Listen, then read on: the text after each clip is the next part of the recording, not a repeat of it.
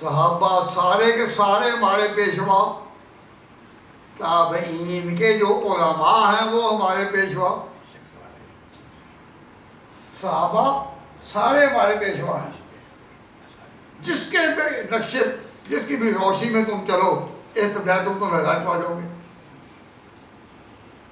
صحابہ سارے ہمارے پیشوا، تابعین سارے نہیں، جو تابعین کے علماء ہیں، قاسم ابو بکر کے پوتے ہوں، یا سالم حضرت عمر کے پوتے ہوں، یا حضرت عثمان کی اولاد، علی مرزا کی اولاد، یہ جو ہیں یہ ہمارے امام پیشوا، ہم سارے صحابہ کو اپنا پیشوا مانیں، اور تابعین میں جو علماء ہیں، جو فقہاء ہیں، ان کو مانیں۔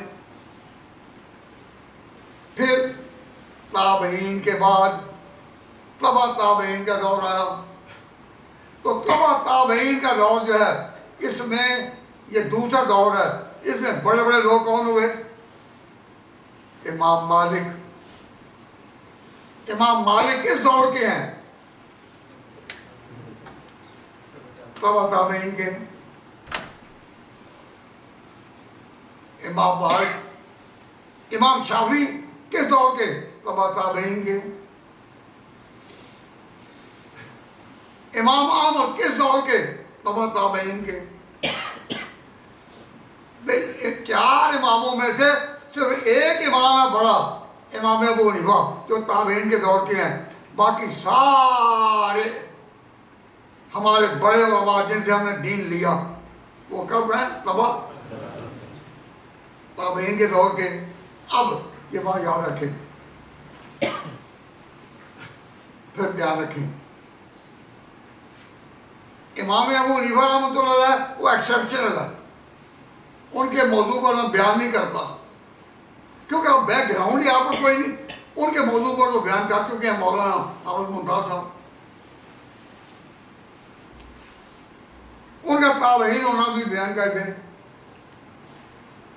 لیکن ان کو ہمارا دین چلا پھر ان تابعین کے بعد تبع تابعین، اور جتنے بڑے بڑے امام، امام مالک تبع تابعین میں، امام ابو یوسف تبع تابعین میں، امام محمد تبع تابعین میں،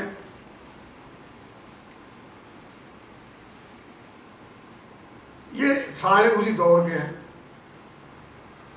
تو تبع تابعین کے دور میں ہمارا دین کا تین پورے زمانے، صحابہ کا دور ہو گیا، اور اب صحابہ کا دور ہو گیا، اب تابعین کا دور، اس میں سے ایک امام کا تذکرہ تو آپ نے سن لیا، اور باقی سارے صحابہ کے بارے میں ہمارا ایمان ہے سارا کو پر۔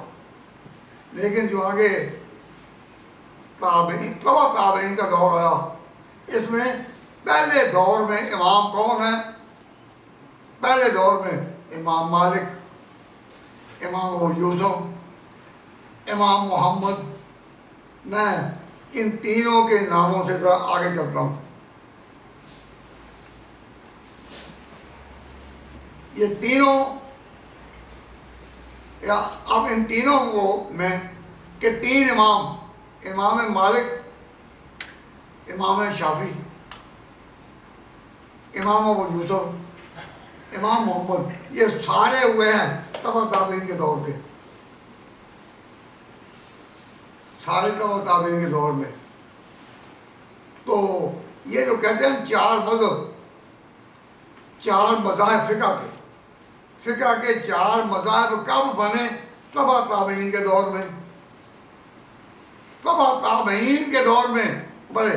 تو ان کا دور دو حصوں میں تقسیم ہے، دو بڑے امام، دو چھوٹے امام۔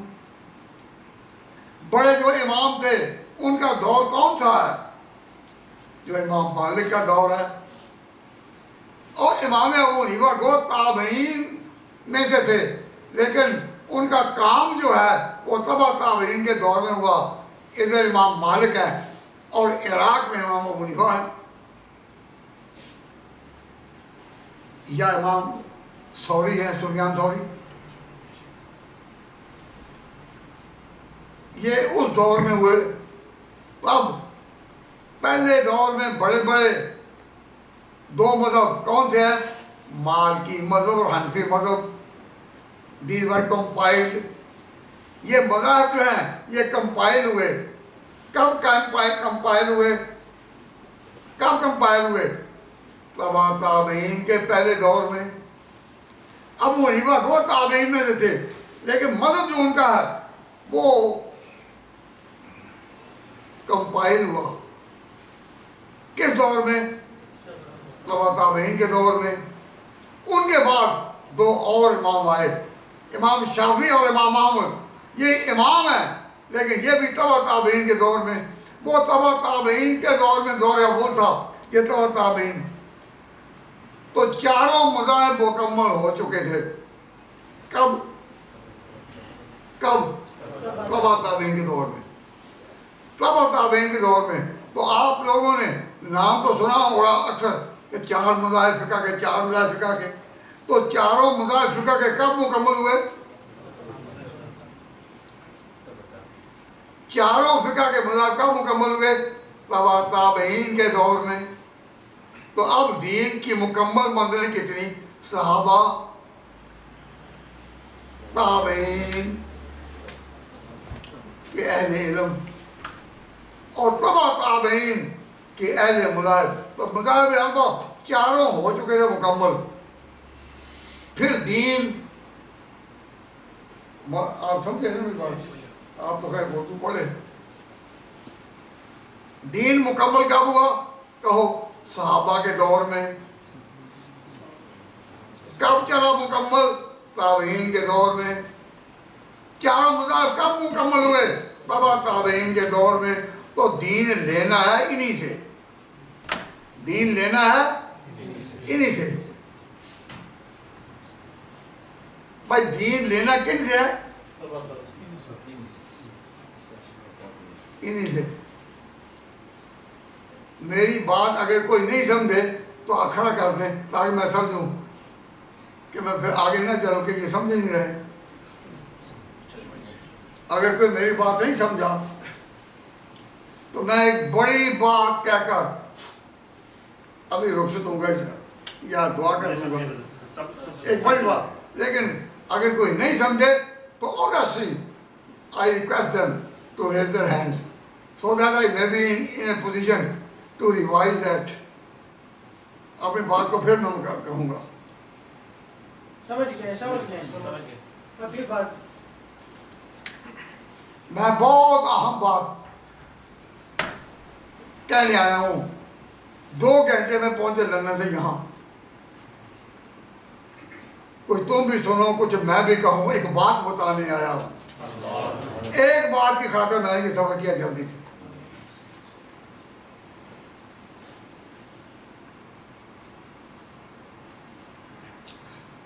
اور مجھے علم ہوتا کہ آپ نے اس میں حمد و ثنا پڑھنی ہے تو میں پہلے ان سے ریکویسٹ کر دیتا کہ پھر کسی دن پڑھ لینا. امام ابو حنیفہ کے نام پر جو مدرس کیا ہے اس کا بیک گراؤنڈ تو سمجھ لو. مکمل دین ہمارا کب سے چلا؟ صحابہ کے دور سے، سارے پیشوا. نمبر 2 کن سے؟ تابعین کے جو فقہا اور بڑے علماء اور محدثین، ان سے. پھر کب چلا؟ چاروں مذاہب سے جو مکمل ہوئے تبع تابعین کے دور میں. حنفی مذہب، مالکی مذہب اسی دور میں. شافعی مذہب اور حنبلی مذہب وہ بھی انہی ادوار میں. اس کے بعد دور آیا کن کا؟ محدثین کا. تو محدثین کا دور اس وقت ہے جب دین اپنی 3 منزلوں سے خیر القرون کرنی، ثم الذین یلونہم، ثم الذین یلونہم، ان کے دور میں دین مکمل تھا. خیر القرون میں. محدثین کا دور تو بعد میں آیا. تو اب آپ نے دین لینا ہے یا صحابہ سے یا تابعین سے یا تبع تابعین سے. اگر آپ حدیث کی کتابوں سے دین لیں گے تو آپ اس دور سے چل رہے ہیں جس سے دین چلا ہی نہیں. دین تو تینوں دوروں میں مکمل ہوا. مجھے حیرت آتی ہے کہ جو لوگ یہ کہتے ہیں بھائی دین سیکھنا ہے تو صحیح بخاری سے. بھائی امام بخاری رحمۃ اللہ علیہ، امام بخاری رحمۃ اللہ علیہ اور سیاستہ کے پورے امام جو ہیں جن کی کتابیں ہم پڑھاتے ہیں، وہ سارے تو گزرے ہیں اگلے دور میں جب دین کی تینوں منزلیں، خیر قرون کی تینوں منزلیں پہلے مکمل ہو چکی تھی. ہم چار مذاہب کو ماننے والے ان کا ادوار کے ہیں جو تمام تابعین کی پیداوار. آگے حدیث کی کتابیں جو لکھی گئیں ان کو مطالعہ کر کے پتہ چلا کہ صحابہ کا دور حق، تابعین کا دور حق، تبع تابعین کا دور حق. ان سے پولش ہوتا ہے وہ علم جو ہمیں ان سے ملا. لیکن جو کہے کہ دین محدثین سے ملا، وہ تو اس حدیث پر نہیں کر رہا خیر القرون کرنی ثم الذین یلونہم ثم الذین یلونہم. وہ چلا نہیں اس بات. یہی وجہ ہے کہ امام بخاری رحمۃ اللہ علیہ کو مجتہدانہ انداز میں کلام کرتے ہیں، لیکن دور ان کا محدثین کا ہے، جبکہ ان سے پہلے دین منزلوں سے گزر چکا، تینوں منزلیں پا چکا. آپ علم کے لیے بخاری کا مطالعہ کریں لیکن عمل کے لیے نہیں. جو عمل کے لیے کرتا ہے وہ خیر القرون کی دولت پا ہی نہیں سکے گا.